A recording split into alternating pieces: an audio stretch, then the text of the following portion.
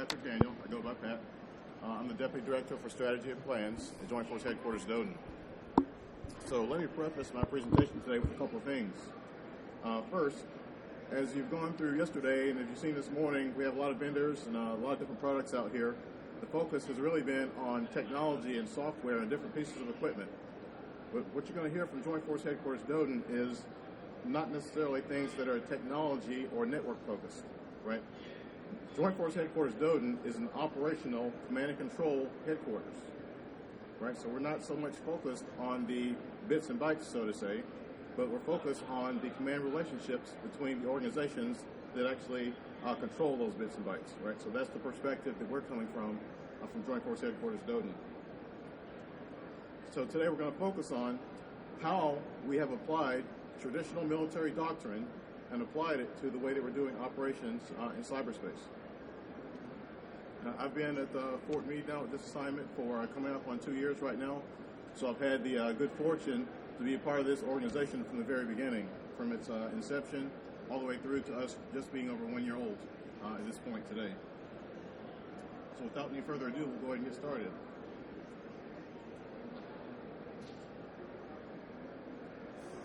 All right, so first we'll talk about cyberspace operations mission alignment. In DoD cyberspace operation, at the highest level, we start with U.S. Cyber Command. U.S. Cyber Command is responsible for full spectrum cyberspace operations. And here to the left, you can see U.S. Cybercom's mission statement.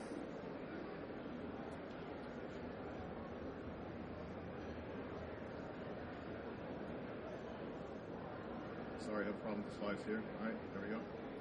So U.S. Cybercom has core mission areas. There are 3 core mission areas.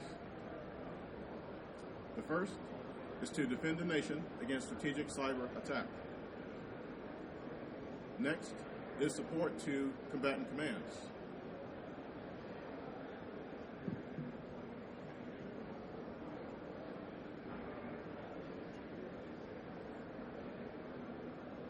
I'm sorry, can we just click on the laptop? It's not working very well here. Okay, thank you. The last core mission area is to secure, operate, and defend on the DoDIN. Next, please. So, aligned against the Defend the Nation against strategic cyber attack mission area is the Cyber National Mission Force Headquarters. Next. Aligned against combatant command support, we have Joint Force Headquarters Cybers. There are actually multiple, 4 to be exact, and they are dual-hatted with the service cyber components. Next, please. And last, we have Joint Force Headquarters DODIN, aligned against arguably the most complex mission area to secure, operate, and defend the DODIN. So now you can see we start with Cybercom at the top, Cybercom's 3 core mission areas, and Cybercom has delegated execution of each one of those core mission areas to a subordinate Joint Force Headquarters, with Joint Force Headquarters DODIN being the newest among those. Okay. So here you can see our mission statement.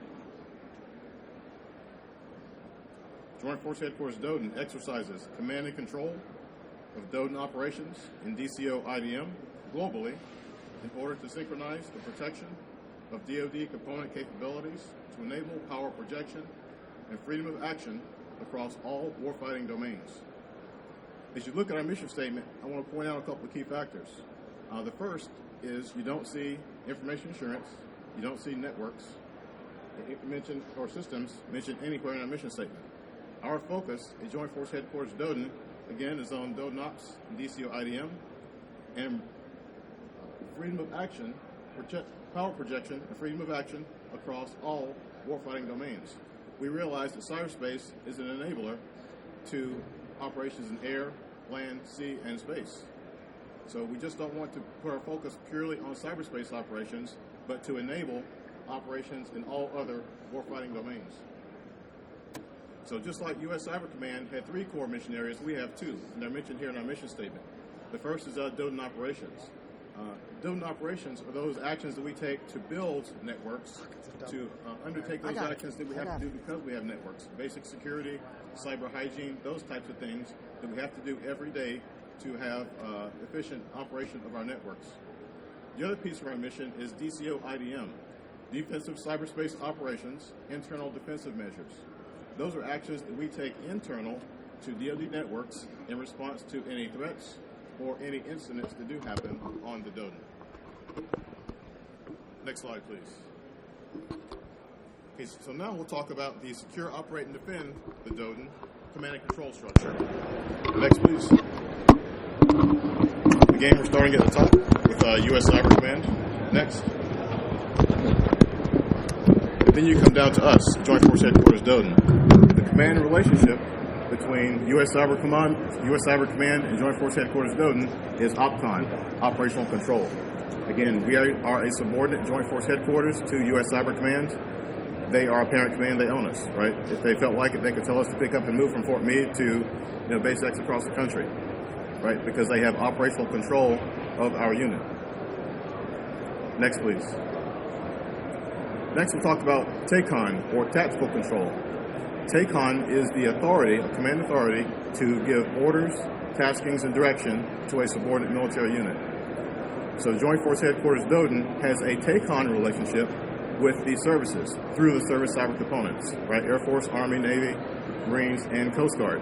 You notice Coast Guard is there because they do a lot of their operations on the DODIN. One important note about this command relationship with the services. This command relationship extends only to the service cyber component headquarters, right? So we can issue an order to Air Force's cyber, and then Air Force's cyber determines what service maneuver forces they want to use to execute that particular task, right? So we're not dictating down to the services which exact team or which exact, NetOps center is going to undertake a certain action. We give that direction to the service headquarters, and they decide inside their service how they're going to go about executing that. Okay. Next, please. The next command authority we have is DACO, or Directive Authority for Cyberspace Operations. I want to talk about this a little bit because this is a brand new command authority that was just developed in November of 2014. So DACO is a TACON-like command authority, but the difference is DACO allows us to execute that same type of command authority over the rest of the DoD, over DoD components, agencies, field activities. So if you think in the past, before Joint Force Headquarters DODIN existed, and before DACO existed, there was no command relationship between U.S. Cyber Command and defense agency. Pick one, DFAS, for example, right?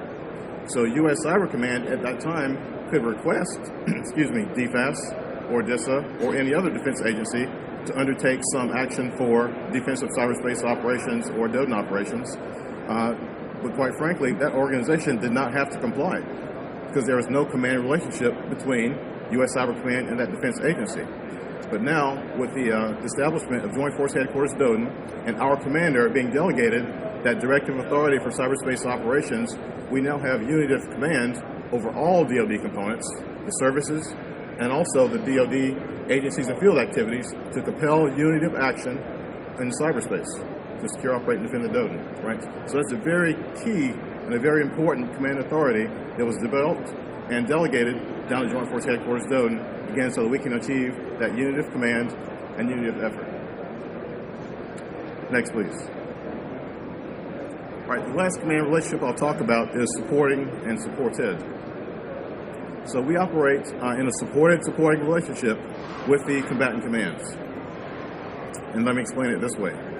For example, inside U.S. Central Command right now, we have Operation Inherent Resolve going on, the fight against ISIL in Iraq. So we, Joint Force Headquarters DODIN, are operating in support of U.S. Central Command for Operation Inherent Resolve, right? But now you'll notice that arrow is dual-headed. The arrow is dual-headed for a reason. Because let's just say, for example, there's something that comes up in CENTCOM's execution of Operation Inherent Resolve that is now going to drive a global DODIN operations or DCO IDM action. Joint Force Headquarters DODIN is the supported command for global DODIN operations and DCO IDM. So in that case now, that arrow flips, right? So now, U.S. Central Command is in support of Joint Force Headquarters DODIN for this global DODIN ops or defense mission. Is that clear? Does everyone understand that relationship? Okay, it's very key. So I've been asked a couple times here at the conference, how are things going in DISA? And my answer is, well, let me find out. Let me go ask DISA because I'm not in DISA.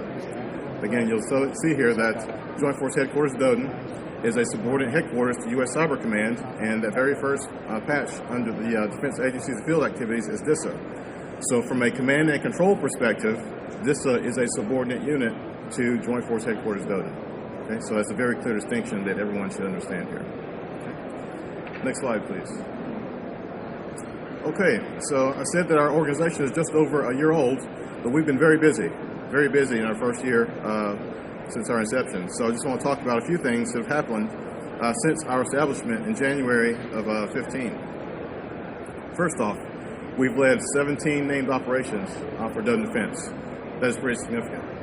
17 different named operations. Again, those are either threats that we have faced or actual incidents or intrusions into the DODIN that have warranted a named operation in response to that particular threat or that particular incident.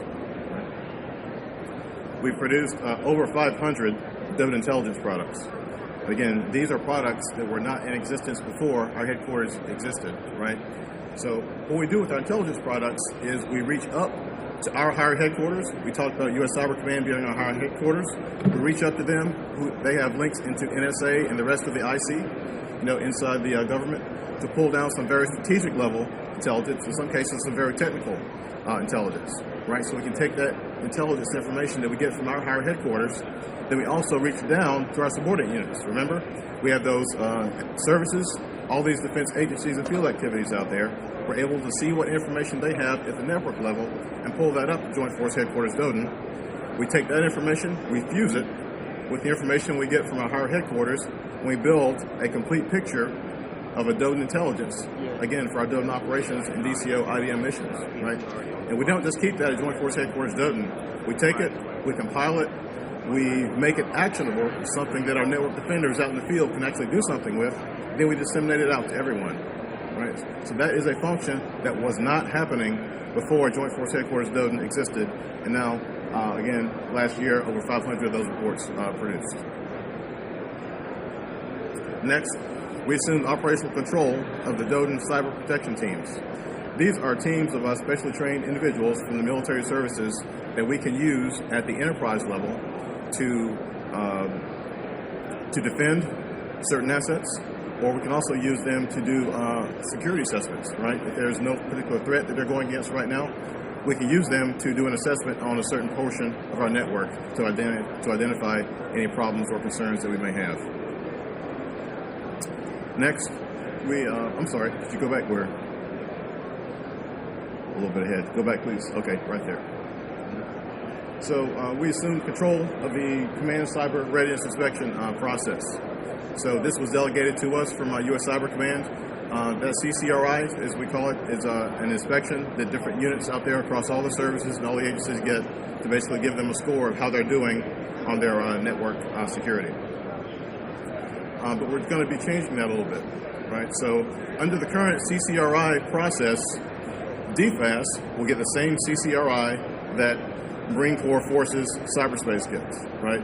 Two completely different missions. They get the same inspection right now. Does that make any sense? No, not really. So we're changing that process, right, for our CCRIs. We're changing it from a compliance-based inspection, and we're going to a readiness-based inspection. So the inspection or assessment that we give to DFAS is going to be different than the assessment we give to Marfor Cyber or any other organization, right? It's going to be based around that organization's mission,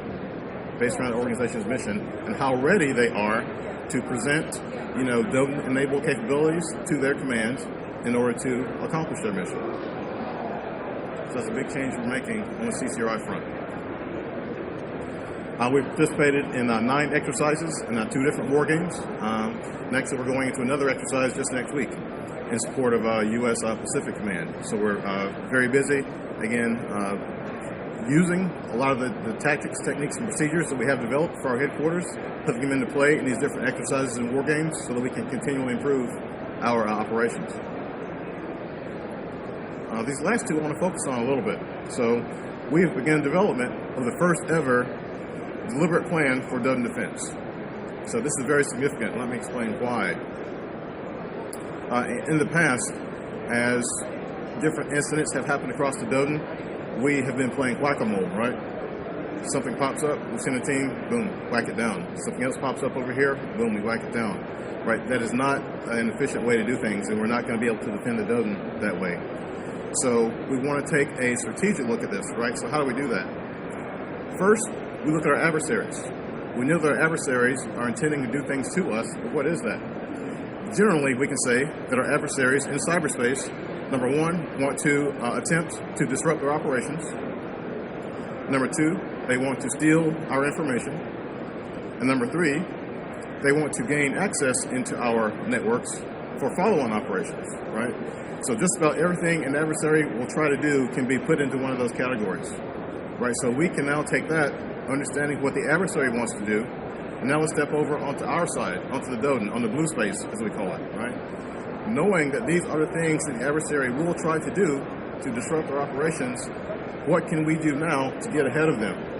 How can we protect that information they're trying to steal that's going to prevent them from achieving their goals with their cyberspace operations?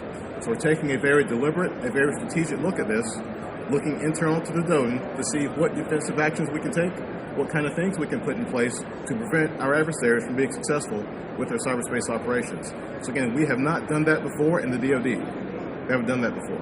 So now we're taking this deliberate, strategic look and building a plan, which will ultimately become a operation that governs our day-to-day DODIN operations and DCO IDM activities globally, right? So if you look back up at the very first line, we do have 17 named operations for DODIN defense. As we mature our plan and we mature that normalized operation, we should see that number go down significantly, right? Because we're not whacking moles anymore. We're doing this deliberate plan, this deliberate operation to get at operating and defending the DODIN.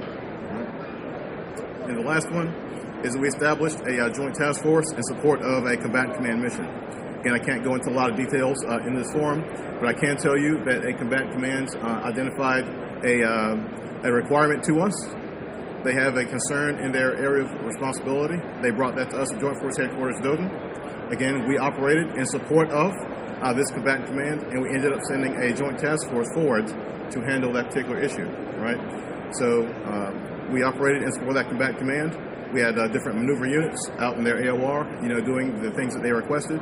We finished that mission, we rolled up JTF, and we brought them home, right? So that is, again, a first for cyberspace operations, especially DCO on the DODIN. So our commander likes to say that that's historic, and quite frankly, he's right.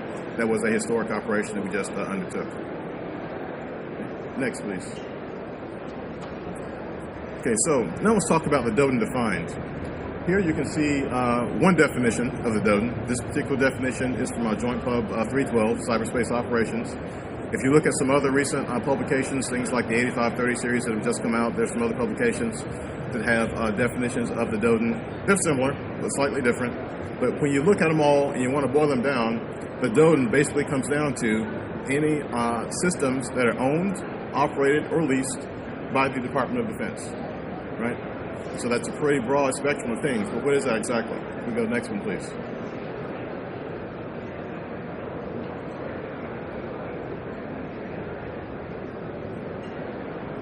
So when we talk about the DODIN, we're talking about all these things that you just saw built into the slide. For sake of time, I'll just focus on a couple of them. Up in the upper left-hand corner, it's kind of hard to see here on the screen. The first one I'll talk about is PIT, or a platform IT.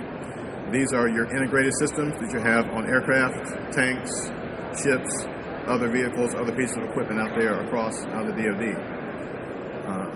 Is that part of the DODIN? Absolutely. Is that something that our adversary will try to affect to disrupt our operations? Absolutely. Must we defend those? Absolutely. Right? So that is something we're now taking on in Joint Force Headquarters DODIN. Exactly how we're going to get at that PIT, that's to be determined, right? This is a work in progress. It's going to be a very long work in progress because there's a lot of complexity that we're dealing with, especially when we're talking about a lot of the airborne and shipborne systems. Okay, next I want to talk about leased telecom services. Again, remember, the DODIN is systems that are owned, operated, or leased by the Department of Defense. And just think about it, how many telecommunication services do we lease all over the world, right? We lease a ton, millions and billions of dollars worth, right? So we have to have partnerships with our vendors, with the providers of those telecommunication services to determine how can we best defend them, right? What are they doing on the commercial side to defend against a denial of service attack, for example, that will impact a DoD network is riding over that particular piece of fiber or that satellite link, right? So we have to work with our commercial partners to figure out how can we work together, how can we partner together to make sure that we're adequately defending that portion of the DoDin. And the last part I'll talk about here, cloud services. If you listened in on the panel yesterday in the other forum, they talked about cloud services. So that's an emerging area right now for the DoDin, and we have to again work with our industry partners to determine how to best defend DoD information that we have now migrated to the cloud, or applications that we have migrated to the cloud, right? It's a very complex area, and again, we're just scratching the surface right now on how to best get at that. Next slide, please. Okay, so I want to talk about a paradigm shift within the DoD. This is a real difference in thinking and how we do defensive cyberspace operations and DoDin operations. It's kind of hard to see here, but on the left, far left, we're talking about the past. This is really depicting a isolated, static network where local defenders can be overwhelmed by multiple attackers coming in at once, right? That's where we were. But we're now moving over to the right. And we like to use an immune system analogy when we're talking about this. So if we look at the DoDin as a organism, or as your body, that organism has an immune system that has layered mobile defenses that are going to protect it, right? So that's what we like to call on our networks defense in depth, right? Defense from the perimeter on the networks down to your endpoints, having security at all levels. So we have to get better at that. Again, if you think about it with yourself, sitting right now in this room, there are probably germs and pathogens and all kinds of things flying around in the air, right? But if you have a normal immune system, you don't get sick every day, right? Because your skin protects you, you have different protective systems inside your body. It's the same with the DoDin. We know that our adversaries are constantly going to be attacking. There are pathogens and germs and things out there that will try to impact the DoDin.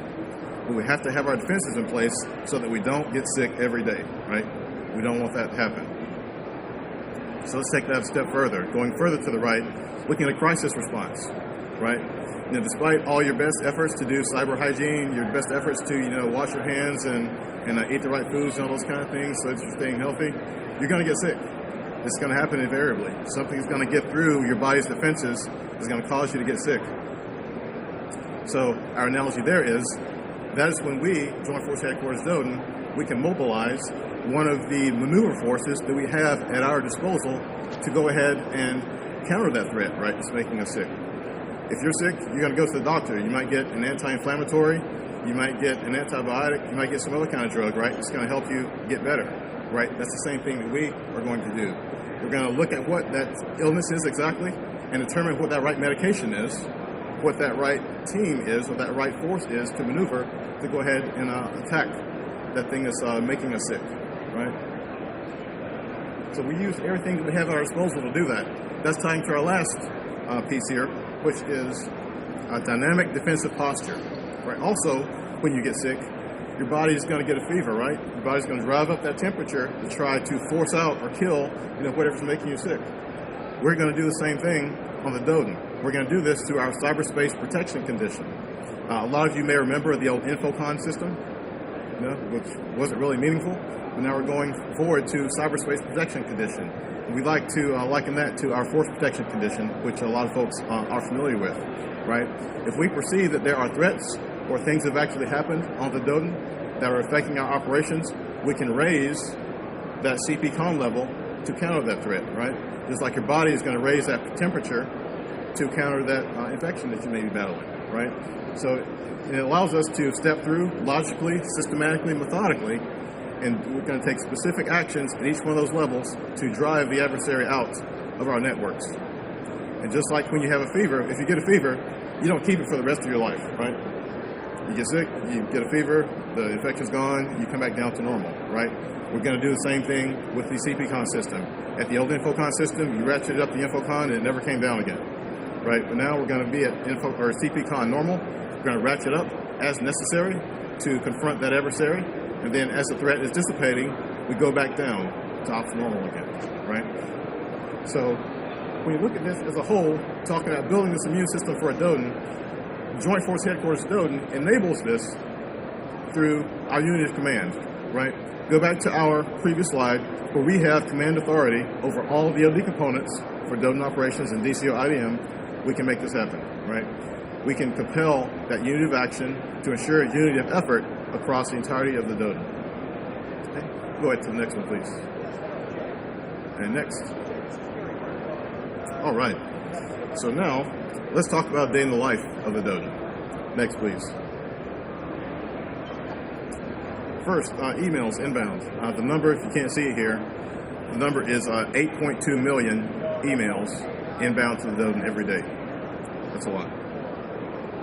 And the numbers are 86% of those emails are blocked, are filtered out, because they're phishing messages, they are spam, they are attempts to inject malware into the DODIN via email, right? So only 14% of our emails are allowed through are valid traffic. And even as a part of that 14%, there's still some spear phishing messages that are going to slip through, right? And we'll talk about how we deal with those things as well. Next. 43,000 attempted intrusions detected and blocked every day. 43,000. So these are things like public-facing web servers, attempted defacements, SQL injections, attempted denial of service, the typical types of attacks that we're going to see on a daily basis that we detect and block them before they have any impact to our operations. Next, please. So out of all those emails received, some spear phishing might get through. Out of some of those attempted intrusions, out of the 43,000, we're going to have about 30 on average suspicious events that are going to require some analysts to look at, right? Next, please. So what does that bring us to for a year?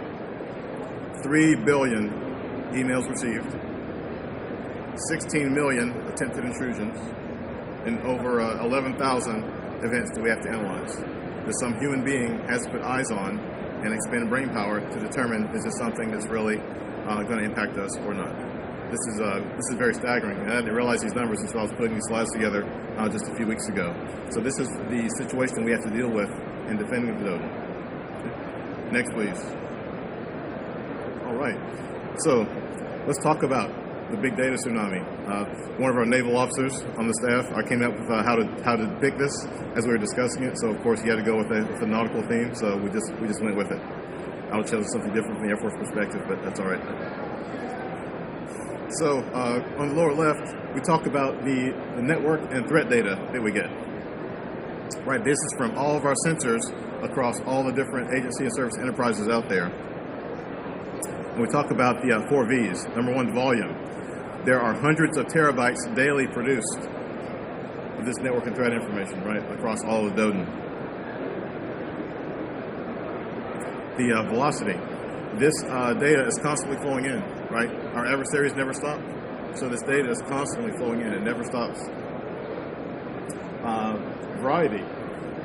Because we're still operating in a heterogeneous DODIN environment, we're getting this network data in different formats, right? So maybe the Air Force chose to use a different system than the Defense Logistics Agency chose to use, right? So now we're getting information in 2 different formats, and multiply that times the 50 plus other, DoD components that may have different formats. So we have a big issue that we're dealing with. And lastly, the last V is veracity, right? False positives and ambiguity. Again, that's getting to those events that now some analyst has to look at, right? Because we're not sure, is this really intrusion? Is this really something bad? Or is it just anomalous traffic? We don't know, right? So an analyst has to look at that and determine. So that's taking us here to the middle. We have a limited number of analysts. Any organization has a limited number of analysts. And in the lower right, missed data, right? So limited storage capacity can cause data to be lost. But the bigger questions are, how much should we store? And then what is the cost for us to store that? Right? We know storage, the prices have gone down significantly. It's relatively cheap to buy storage, but it's not free. So we have to determine from a DODIN perspective, at what level of our networks do we need to store information, and for how long do we need to store that information, right? So it's going to be a cost-benefit analysis that we have to do, and we're just now, again, starting to scratch the surface on these things. Next, please. So this is leading us into all this data that we have. We have to be able to, number one, transform that data into information. And then we have to further refine that information into intelligence. And it can't just be some technical report that we throw down to a defender, they look at it and they say, I can't do anything with this. It needs to be something that's actionable, right? Something that a network defender can take action on to defend their portion of the DODIN. And better automation is critical here for us to be able to do that. Next, please. All right, to wrap it up, a few takeaways. So number one, JFHQ-DODIN leverages, again, new command relationships to synchronize DODIN defense. Again, think about before we existed, there was a huge gap between U.S. Cybercom and the whole of the DoD and their components, right? To compel that unity of effort and unity of action across the DODIN for defense. Now Joint Force Headquarters DODIN is established. We have the command authorities delegated to us from our higher headquarters to be able to reach out and touch and direct everyone across the entirety of the DoD for DODIN operations and DCO IDM. Second, we have a technology agnostic C2 framework, and that helps us be responsive and flexible. So, again, as you notice, as I've gone through my brief today, I haven't really talked about any specific technologies. I haven't talked about any specific systems, because when you look at basic military doctrine and command and control, it is executed from commander to commander, right? So we can change systems, we can change technology, we can change things all day long inside of an agency, but the command relationship between Joint Force Headquarters DODIN and the agency director or commander still exists, and that doesn't change. The method in which we execute tasks will change depending upon our technology, but that command and control structure that is overlaying that will not change. That stays the same, and that gives us a great strength for countering our adversaries out there. Next, we must increase the use of automation to solve the big data tsunami, right? And how can industry help us with that? So we don't want our door being beaten down with big data solutions, tomorrow, because we know there is not one single silver bullet that's going to fix all this for us, right?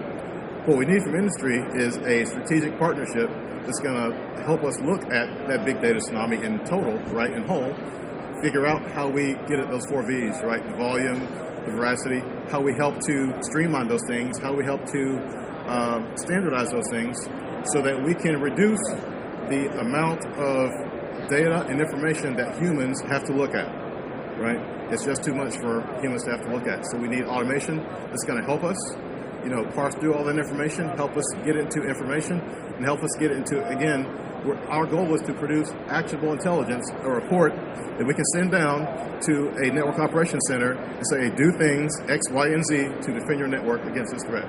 That's what we're trying to get to. And that's where we can use the industry's help. And last, we focus on a combined arms approach to DODIN defense. So this is getting back to our immune system analogy again, right? We want defense in depth. We want to be able to use all the maneuver forces that we have at our disposal, our cyber protection teams that we have both at the Joint Force Headquarters DODIN and also at the services. We want to use our cybersecurity service providers. Again, our defense agencies, the combat commands, are defense providers of their own in some cases. Some agencies have incident response teams and computer emergency response teams. We still want to use those. And then lastly, incorporate in all that sensor data to help our commander make the right decision for DODIN defense, right? We can't afford to send a team out to investigate every single incident that happens, right? We got to get better at analyzing this data. We've got to get better at using all the maneuver forces we have at our disposal, and then enabling our commander to make the right decision to defend that portion of the Doden so that we will not be distracted or overwhelmed by an adversary attack. And just a few other points here to close. So a lot of people might say that Joint Force Headquarters Doden is just some other iteration of DISA, or trying to redo JTF-GNO again. And some people might have been around during the JTF-GNO days, but I will counter that argument, and I'll counter that argument strongly, because number one, technology has evolved since JTF-GNO was around. Number two, cyberspace as an operational domain has evolved significantly since the JTF-GNO days. And lastly, and probably most importantly, our adversaries have evolved, become far more capable, far more dangerous, far more able to attempt to disrupt our operations inside the Doden. Right, so we must evolve as well to face these threats, to face the evolving technology, to face our evolving threats.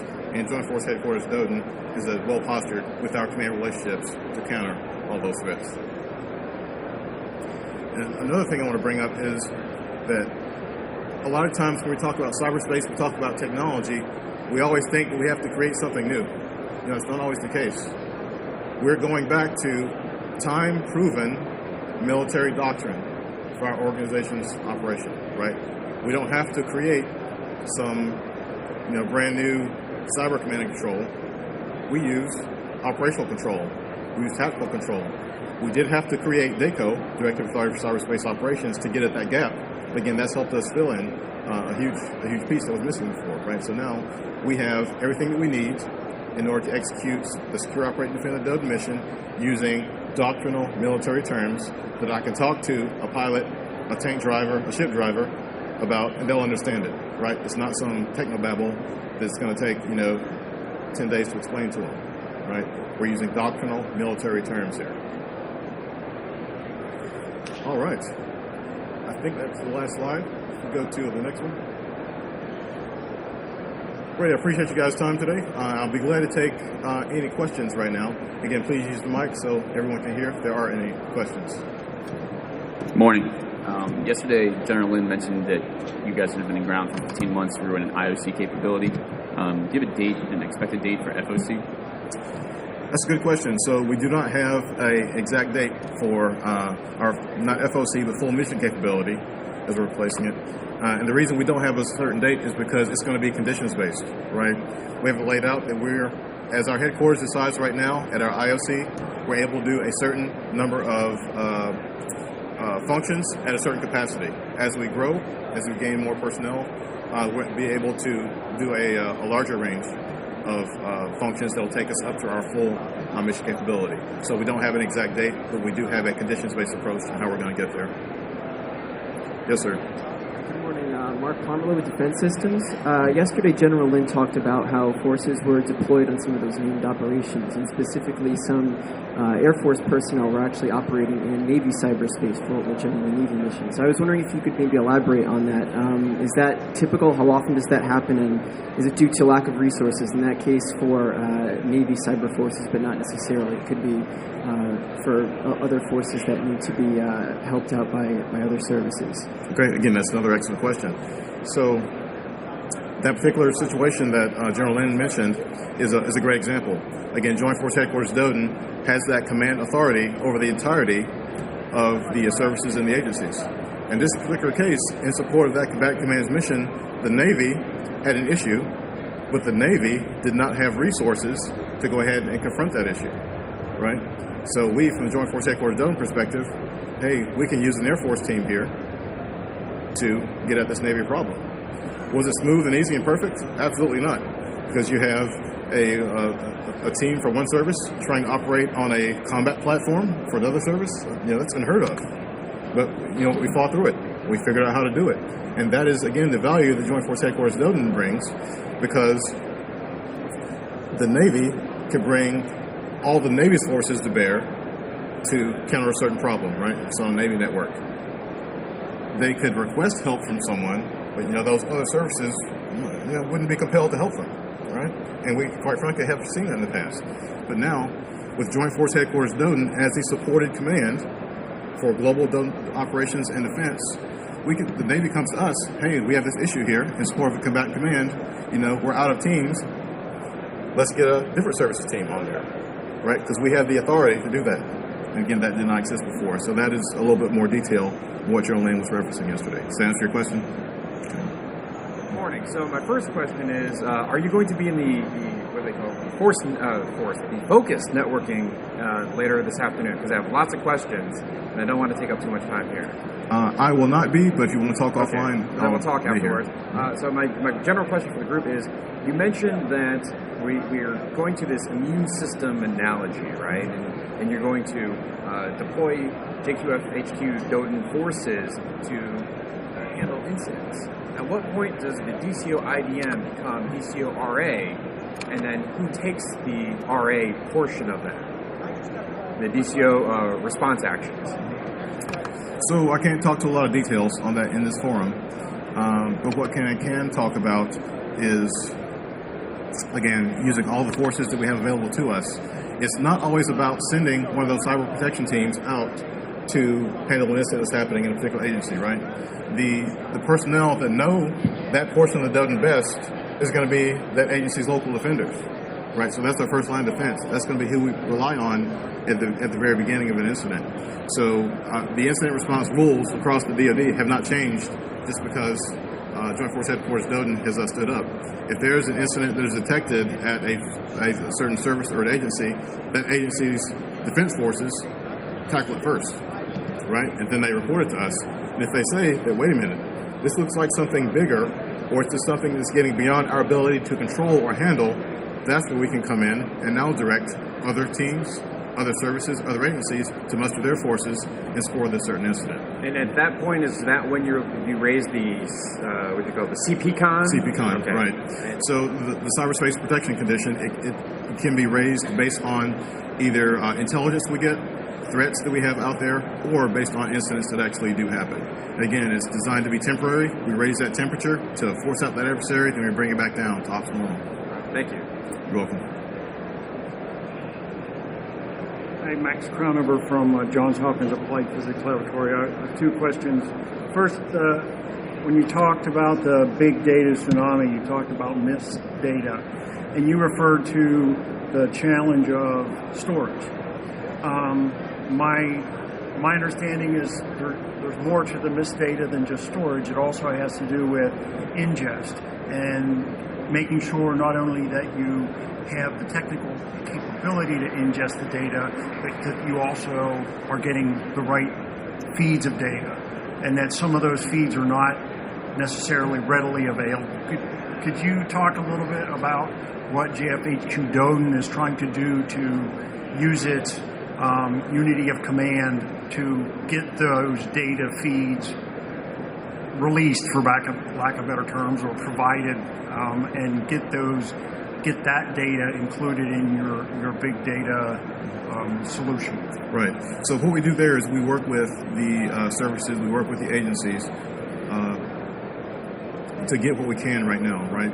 We're doing a lot of manual processes, and that's why we need better automation to help us there. For example, a lot of times, because of the amount of data that we're looking at, we might not see an incident for maybe days after it happens, or in some cases, maybe 30 days after it happens, right?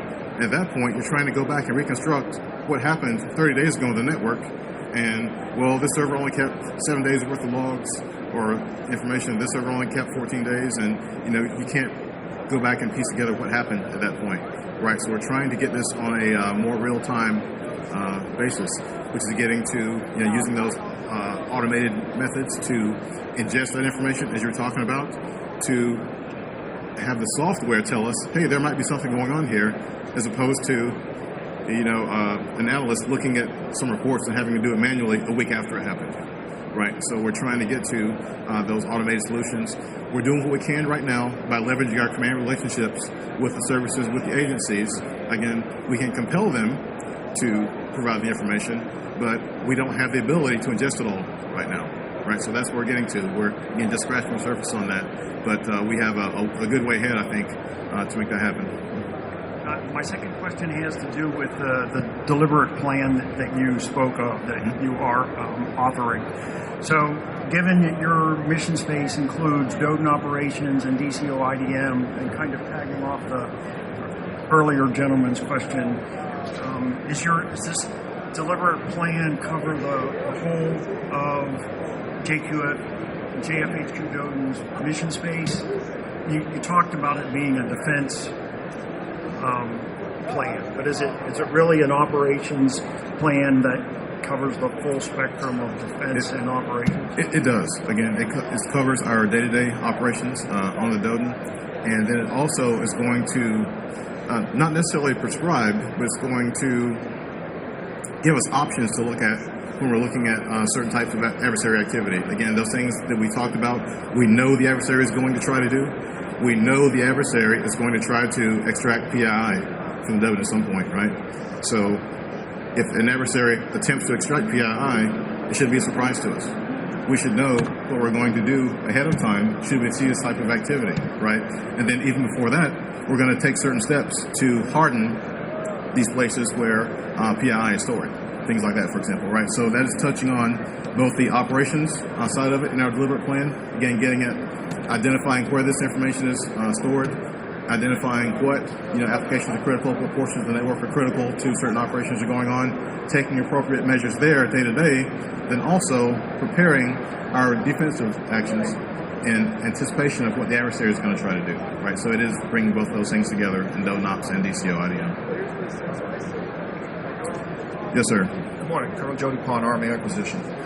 I'm going to start off my question with, in your opinion, because I think some decisions still have to be made on this. So in your opinion, what is the difference between DODIN operations and defensive cyberspace operations, and who's responsible for each? Okay, so in my mind, it's a very clear distinction. DODIN operations, again, like I said, are those things that you have to do every day because you have a network, right? You have to apply patches as they come out. You have to have passwords on certain things, right? There's just certain things you have to do by virtue of you operating and maintaining a network. That is DODIN operations. Now, when you get over to DCO, specifically DCO IDM, those are specific actions that we take in response to either intelligence, a threat, or an incident that occurs, right? So every day you're going to be doing your patching and things like that across your network. But if we now have intelligence that this certain adversary is going to attempt to exploit this version of software on a web server, we're going to look and see, okay, we're supposed to be patched against that, but we're only at 57% across the DODIN, for example, right? So now that DODIN operations action that everyone's supposed to be doing now becomes a DCO IDM action because we have some threat or some information that says an adversary is going to try to exploit this, and now we're going to direct Army and everyone else who is not compliant, you will do this right away because we have information that says the adversary is going to try to exploit us there, right? So that is, I think, a clear distinction between DODIN operations and DCO IDM. So overall, Joint Force Headquarters DODIN is responsible for both, for the secure, operate, and defend the DODIN mission. The services and agencies are responsible for both, actually, for DODIN Ops and DCO IDM inside of their portion of the DODIN, right? We would expect the Army to adequately maintain the Army's portion of the network, the Army enterprise, right? But if there is a DCO, if there's a threat or information out there that we think, from the JFHQ-DODIN perspective, applies across the DODIN globally, in that case, we're going to direct the Army to apply a certain patch or take a certain action to have this effect on the DODIN. Not to say that the Army can't spawn an internal operation to do something, which they do quite frequently, right? But we have the global responsibility, and the services and agencies have the responsibility for their own enclaves, if you want to look at it like that. Yes, ma'am. Good morning, Pat. Patty Rinaldi, SAIC. So my question is going to kind of bring two of the questions from earlier. I'm going to talk about the deliberate plan, and I'm going to kind of bring in what we just talked about as who's responsible to what.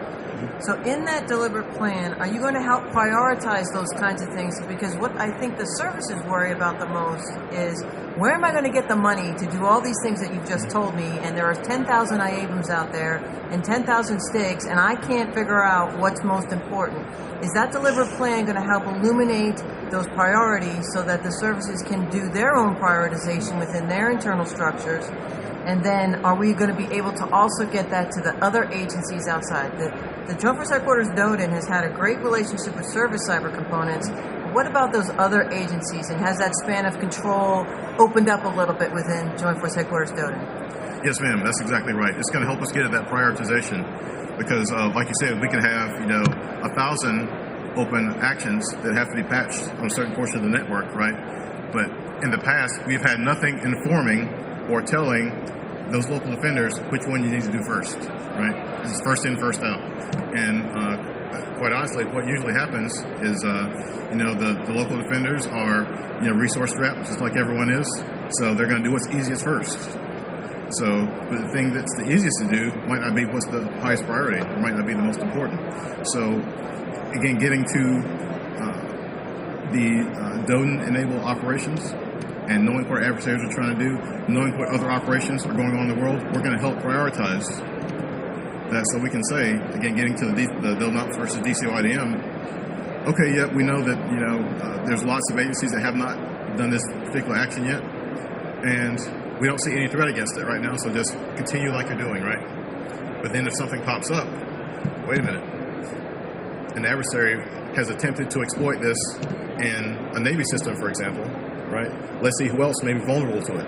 And that's going to drive us now to do a DCO IDM action to have everyone else get in compliance so that they're protected from that particular threat. And one last quick question. You mentioned the cyber protection condition plan has come out. What stage is that in? Is it still in the coordination stage? Is it finalized yet? So it's still in coordination right now. And actually, I mentioned that we're doing an exercise with US PACOM here in the very near future. So we're actually testing those draft CPCOM procedures during this exercise before it actually gets published. So I'm sure we'll learn some lessons as we go through this next exercise, and that will inform how we move forward on the CPCON. All right, I'm getting played off the stage here. So, Lieutenant Colonel Daniel, thank you so much for your remarks this morning and for your time. We appreciate you sharing your perspective, and thank you very much for participating in the session. And a little token for you. Okay.